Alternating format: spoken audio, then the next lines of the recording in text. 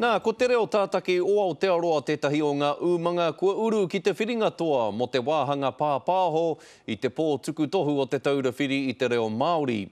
Ia tau tū ai tēnei pō whakahirahira hei whakanui i ngā umanga, ngā rōpū me ngā tāngata kua kaha whakatairanga i te reo i roto i te tau kua hipa.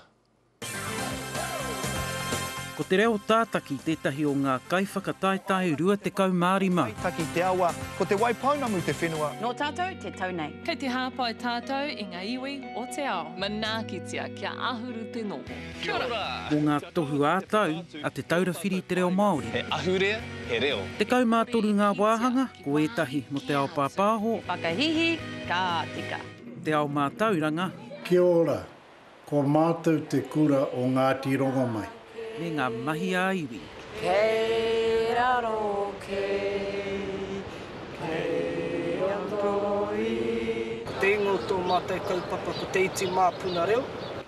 Ko te runanga o Ngāti Whakau e ki Maketu, he kai whakataetai, i te wāhanga mo ngā mahi āiwi. Kia mētia ko te reo he taonga, kia ata tiakina i te tangata. He mea whakarere ai hoi o mātai mātou tupuna, tainua mai kia mātou, kia tātou katoa. Kei taua wāhanga anō te runanga o Ngaiterangi. Peki mai, kake mai, nau mai ki roto i te rohe o Ngaiterangi. Nā rātau tētahi puka waiata i kohi. Ai, tō tātou reo ātāhua kāre kore i a koe i runga.